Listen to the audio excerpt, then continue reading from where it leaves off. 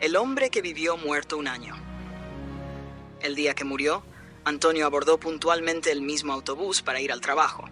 En tiempos donde hasta el chofer revisaba mensajes mientras conducía, él era una rareza, el único sin celular ni prisa, como si no hubiera recibido el memorándum de que el mundo se había digitalizado. Mientras todos se perdían en sus pantallas, Antonio se aferraba al paisaje que desfilaba por la ventanilla, como si sospechara que sería el último. Ese día, el autobús se estampó contra un árbol. No hubo gritos ni advertencias, solo el crujido brutal de la carrocería retorciéndose. Cuando Antonio recobró la conciencia, estaba en una habitación blanca y desconocida.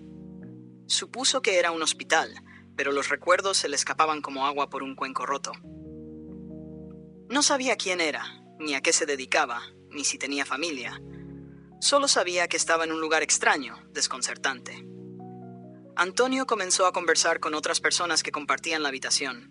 No tardó en enterarse de una verdad inquietante que todos habían aceptado con una naturalidad desconcertante. Habían muerto, cada uno en un sitio distinto, en épocas diferentes, como si aquel lugar fuera un puerto donde atracaban las vidas extraviadas.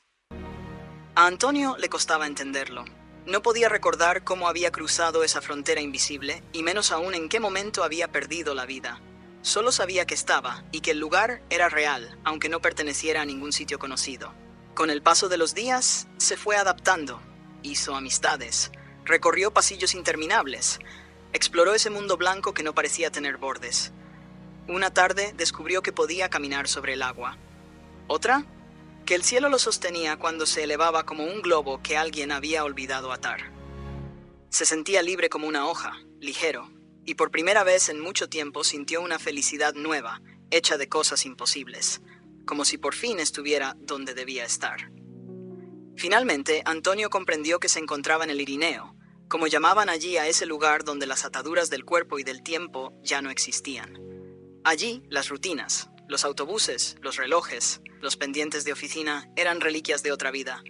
Un año después vinieron a buscarlo. No supo quiénes eran. No preguntó, tampoco importaba. Lo llevaron a otro lugar más alto y más vasto. La libertad no tenía bordes y la felicidad se multiplicaba en formas que ni en sus sueños más extravagantes habría imaginado. Antonio sintió que, por fin, había llegado a casa. Pero incluso allí, en lo alto del Irineo, Antonio descubrió un secreto último. El riesgo es una adicción. Las leyes del universo convencional cedían ante la extraordinaria posibilidad de una existencia eterna, pero en ese paraíso, una parte de él seguía necesitando el vértigo, el filo, la caída. Lo supo con la certeza de los condenados felices. El Irineo era eterno, pero la sed de riesgo seguía siendo suya. Nadie escapa de sí mismo.